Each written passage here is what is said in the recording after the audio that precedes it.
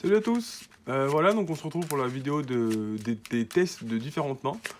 Donc je vais commencer par vous montrer un petit peu les combos les plus intéressants avec des cartes fixes. Donc je choisirai mes mains volontairement, et après on verra un petit peu ce qu'on peut faire en go second, go first. Voilà, donc il faut savoir que ce deck c'est plutôt un go first, même si c'est un OTK, c'est un peu paradoxal, mais le problème c'est que si l'adversaire fait un board avec trop de negates, nous en général on a une invocation norme, et après on a du mal à se réveiller, enfin on a du mal à survivre si notre invocation norme se fait negate ou quelque chose comme ça. Donc si on se retrouve avec un board qui a une voire deux negates d'effets de monstre ou des choses comme ça devient vraiment dur, donc il vaut mieux qu'on démarre. Et après par contre, une fois qu'on démarre, on peut setup nos monstres, les protéger, et on peut les doubler leur attaque pour un potentiel combat. Donc on peut tout à fait survivre. Et après, une fois qu'on a son véhicule, le temps d'après, là, c'est autre chose. Voilà, donc c'est parti. Alors, premier combo, juste un Torifune. Donc là, il faut démarrer qu'on démarre. On a 4 autres cartes dans la main. On a direct le Torifune. Torifune, norme, effet. On la sacrifie pour spé 2 cartes Boujin, 2 monstres de types différents. Donc c'est-à-dire forcément un bête guerrier. Donc n'importe quel Boujin. Je sais rien, pourquoi pas un Maito dessus, on en a plusieurs. Ou un Yamato. Voilà. C'est pas mal. Hop. Ah non, mais du coup, ils sont tous du même type, donc je fais des bêtises. Mais par exemple, un Yamato. Je mets à l'envers dans mon deck. Ouf, ça va. De pire en pire. Et par exemple, une carte qui a un effet dans le cimetière, puisqu'on va s'en servir pour faire des invocations. Par exemple, la tortue, qui je pense est la meilleure, parce qu'elle bloque un effet qui cible. Et elle annule un effet qui cible, donc c'est vraiment bien. Ensuite, avec ces deux-là, hop, on fait. Attention, celle-là qui est le piège. On fait un Ahashima. Et avec l'effet d'Ahashima, on se paie un du cimetière et un de la main. Donc c'est là où, bon, faut imaginer qu'on a un autre monstre Boujin, ça devrait aller. On va mettre, peu importe, on s'en fiche, on a qu'à mettre un deuxième Torifune, voilà. On fait un X6-4, donc le Susanoo, c'est la plus importante à voir. Donc on fait le Susanoo, et on peut détacher Susanoo pour récupérer un monstre Boujin de deck à la main. Donc notamment la grue, c'est celle qu'on aime récupérer. Si on l'a déjà dans la main, on peut tout à fait récupérer Arasuda ou Irume pour faire des effets pour spé, pour récupérer un deuxième monstre Xyz. Ou Iruko, ça peut être intéressant aussi à voir. Mais Iruko, il faut même l'avoir avant, je vous montrerai pourquoi.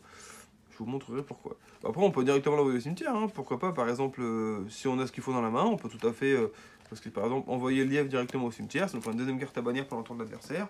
Voilà, c'est ce qu'on aime, quoi. Et si par exemple, donc je disais, si on a déjà Iruko dans la main, ce qu'on peut faire au lieu d'utiliser un nouveau, c'est faire le Kagutsushi, donc qui permet de. À l'invocation, il meule 5, donc voilà, bon, on meule nos 5 cartes. Hop.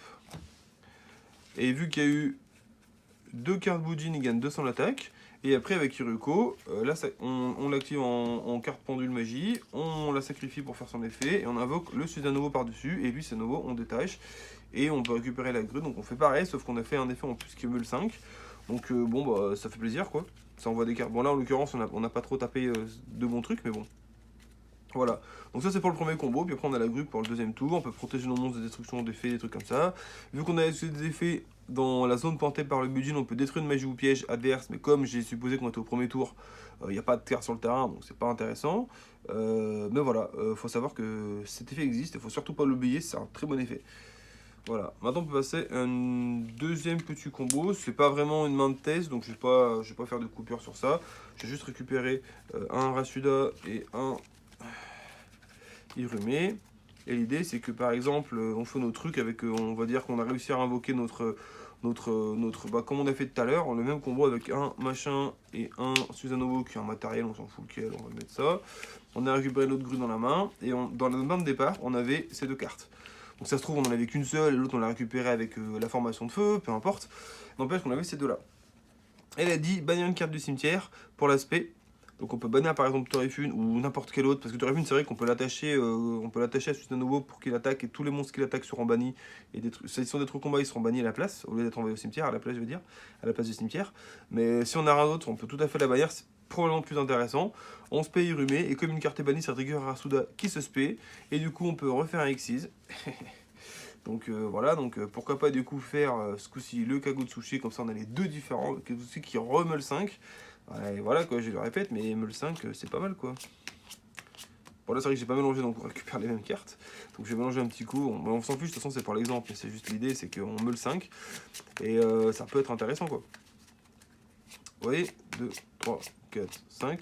Et ce que je disais, c'est que justement, voilà, 2 Torifun, ça fait plaisir, parce qu'on avait banni la troisième. Enfin, ça fait plaisir pas tant que ça, parce qu'on n'avait plus pour faire nos combos au tour d'après, mais bon, on peut toujours l'aspect du cimetière plus tard. Et on a nos 2 X6, donc potentiellement, si on arrive à en récupérer un troisième, avec... là, par exemple, si on a un Iruko dans la main, on fait Iruko pour mettre un autre truc sur... je sais un peu importe quel en vrai. Par contre, il faut un qui voilà, on peut faire un matériel dessus, on fait l'effet, on détache celui-là. C'est très important de détacher le X6 parce que l'idée c'est d'essayer de le respect au coup d'après.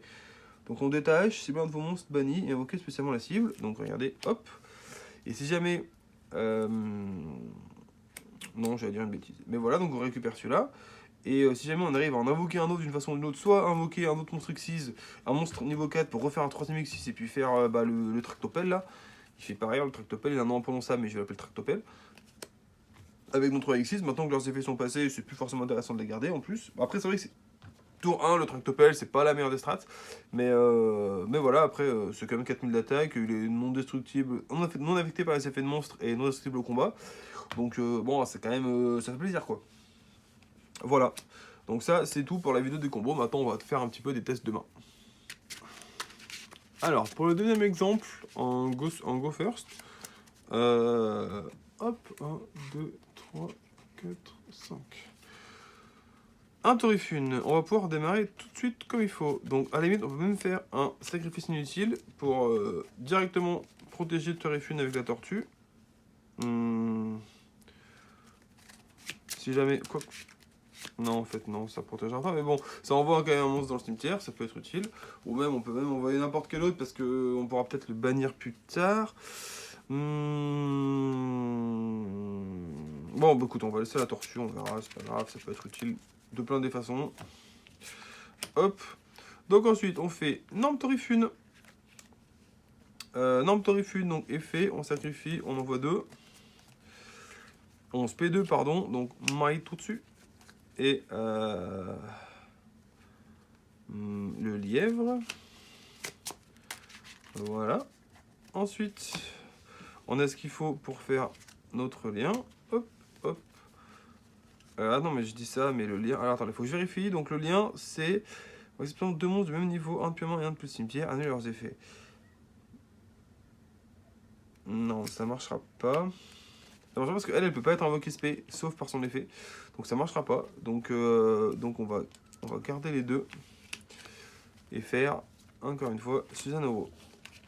Tac, tac. Donc on fait effet. On détache pour récupérer la grue. Comme ça, on a le combo grue, ange de loyauté. Donc ça va faire très très mal. Ensuite, on peut bannir pour invoquer Irumé. Donc on peut bannir Torifune en vrai. Pour invoquer Irumé. Et ça peut essayer de bait des effets ou des trucs comme ça. Donc voilà. On va finir le tour comme ça. Et pendant le tour de l'adversaire, donc on va pour le moment Ghostbell et probablement perdre ça. C'est vrai qu'on va plus le garder pour le tour d'après et défausser tout ça pour faire les effets les effets. Et potentiellement, on va dire qu'on bannit ça et ça pour protéger la destruction 2 fois. On sait pas, ça dépend contre quand on joue, mais bon voilà. Donc je rappelle, celle-là, elle annule un effet qui cible. Et celle-là, elle protège une fois, soit de la destruction, soit par un effet soit de la destruction au combat ou par un effet de carte, une fois elle protège. Donc bon, au combat ça n'arrivera pas parce que là on avait tout ça pour se protéger. Mais par effet de carte, c'est possible. Hein.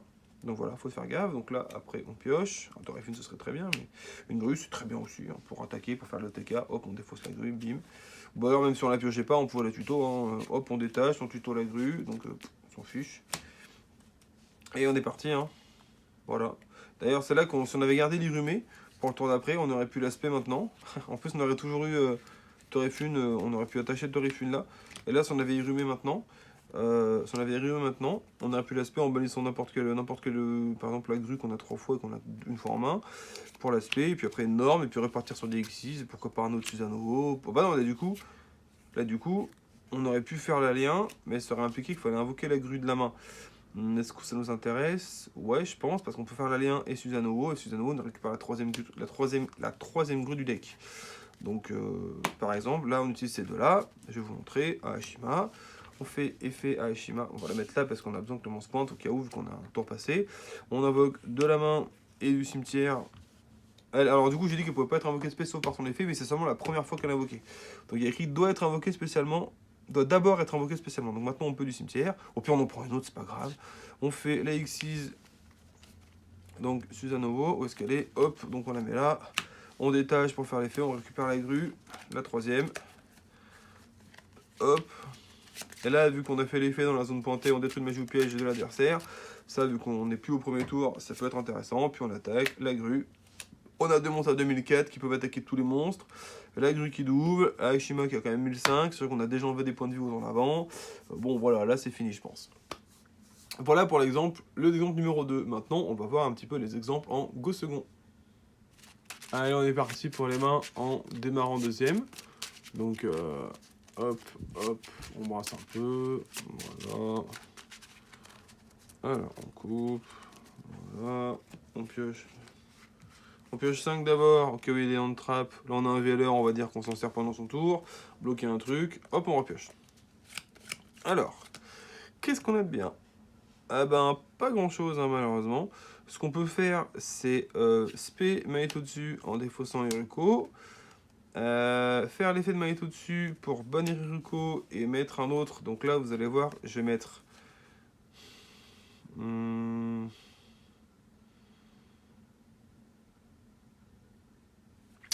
Alors, je vais mettre Yamato, je pense. On va voir, c'est l'occasion de vous montrer un petit peu pourquoi Yamato, je le mets ici. Ensuite, du coup, on va norme la tortue. On va faire la X6 direct parce qu'on peut pas faire l'alien parce qu'elle nous apporte rien. Donc, du coup, bah, X6, c'est ça. Ouais. Ouais, c'est ça. On va faire effet de la X6. On va détacher la tortue parce qu'on a fait dans le cimetière, donc c'est plus intéressant pour récupérer. On va récupérer, je pense, quand même la grue. Ou la torrifune pour le tour d'après, mais on va dire la grue parce que là, faut qu'on tape quoi. L'idée, c'est ça. La grue. Hop. Ensuite, on active la bûche incandescence. J'aurais même dû le faire avant, ça aurait protégé mes monstres des effets de cartes au cas où. On va dire d'ailleurs, là, typiquement, faut le faire avant, ça c'est une erreur que j'ai faite. Faut le faire avant. Voilà. Ensuite, donc, on passe en battle, on fait que la grue, on tape tous ces monstres. Quand c'est nécessaire, on tape tous ces monstres, on lui envoie des dégâts. Voilà. Ensuite, on set, on fait effet bouger incandescence en end phase, on sacrifie pour mettre Yamato, et du coup, effet Yamato en end phase.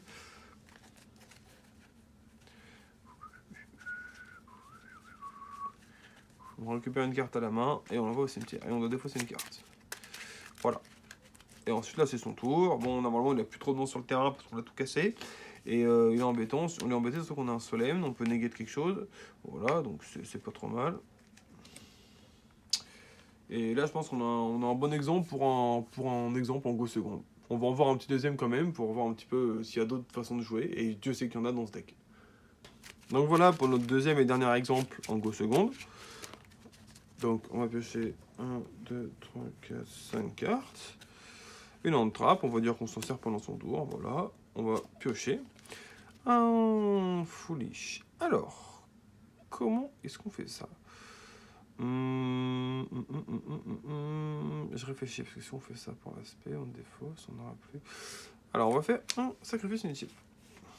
Un sacrifice inutile, on va envoyer une carte. On va une carte dans le cimetière. On va envoyer.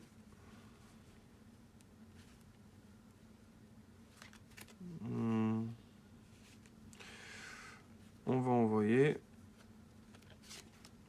un Iruko. Un Iruko parce que je vais m'en servir pour bannir pour m'aérumer. Donc ce que je vais faire. Voilà. Donc Iruko. Donc je vais spé-irumer en bannissant Iruko. Je vais norme Maito dessus. Je vais faire mon link. Mon link à Aashima. Je vais faire effet du link, je vais SP une fois, donc moi est tout dessus, pourquoi pas. La grue, hop, on va faire un Xyz, on pète une magie au piège, hop, et on fait effet, on va faire effet de Susanovo. On va faire effet de Susanovo, et là, à tout moment, on se rappelle qu'on a l'importation dans la main pour chaîne, et il récupère, attacher un monstre, donc on va dire qu'on l'attache comme ça, on fait Susanovo. On détache la grue pour récupérer la grue. On rappelle que quand Susanovo est invoqué, je ne l'ai pas fait tout de suite, mais voilà. Il y a Hashima qui trigger pour détruire une magie ou piège adverse sur le terrain. Il faut encore une fois pas l'oublier. Moi je fais beaucoup de choses en même temps, donc j'ai pensé un peu tard, mais vous n'oubliez pas de faire bien les choses dans le bon ordre. Donc vous invoquez, vous faites l'effet d'Hashima, une fois que Susanovo est invoqué, on peut faire son effet de détacher. Ça c'est un effet trigger, il faut le faire en premier. Vous n'avez pas le choix. Et ensuite la grue pour la battle phase, voilà, pour taper tous les monstres, et puis taper un corps un peu à 1005, et ça devrait, en vrai ça devrait être pas mal déjà. Voilà, donc j'espère que ce petit dernier exemple vous aura plu, j'espère que cette main de combo vous plaît, et que vous avez pu apprendre comment tout ce que le deck peut faire. Il y a beaucoup d'interactions possibles, c'est ça que j'aime bien dans ce deck. Malheureusement, notamment parce que Tenki est passé en 1, le deck est beaucoup moins consistant, c'est très bien de récupérer les cartes qui nous intéressent pour bien démarrer, mais une fois qu'on démarre, c'est un deck assez solide. Voilà, donc merci d'avoir regardé la vidéo, n'oubliez pas de laisser un petit pouce bleu ou de me laisser un petit commentaire si ça vous a plu, et je vous souhaite une bonne continuation. Allez, à plus!